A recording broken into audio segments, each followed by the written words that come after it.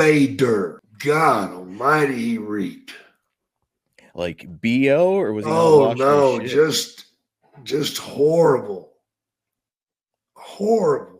Jake Roberts once said that working with certain wrestlers meant one thing. He smelled like shit. Wrestling on television looked polished. The lights were bright, the moves were clean, the stars were larger than life. But behind the curtain, the road told a different story. The real wrestling world was a place of sweat, grime, and smells that could make a grown man gag. Jake the Snake Roberts has become the truth teller of that era. Through his podcast, The Snake Pit, and his appearances on shows like The Joe Rogan Experience, Jake has pulled back the curtain on the olfactory nightmare that was professional wrestling in the 1980s and 1990s. He has named names, he has described smells, and he has made it clear that some of the biggest legends in the business were also the most disgusting to work with. Today, we are counting down 5 wrestlers whose hygiene was so shocking that it became part of wrestling history itself. Before we dive into the filth, take a moment to use the hype feature and give hype to this video. It helps us bring you more stories like this, and it shows that you want the unfiltered truth about wrestling history. Now let's get into the grime. To understand why these hygiene problems existed, you need to understand the world these wrestlers lived in. From 1980 to 1995, professional wrestling went through a massive change. Promotions like the World Wrestling Federation shifted from regional territories to a national touring model. Wrestlers were no longer working one town a few nights a week. They were on the road 300 days a year. They were driving hundreds of miles between shows, and they were sleeping in cheap hotels. They were eating fast food, and they were responsible for everything themselves. These men were independent contractors. That meant they did their own laundry. They booked their own travel. They handled their own hygiene.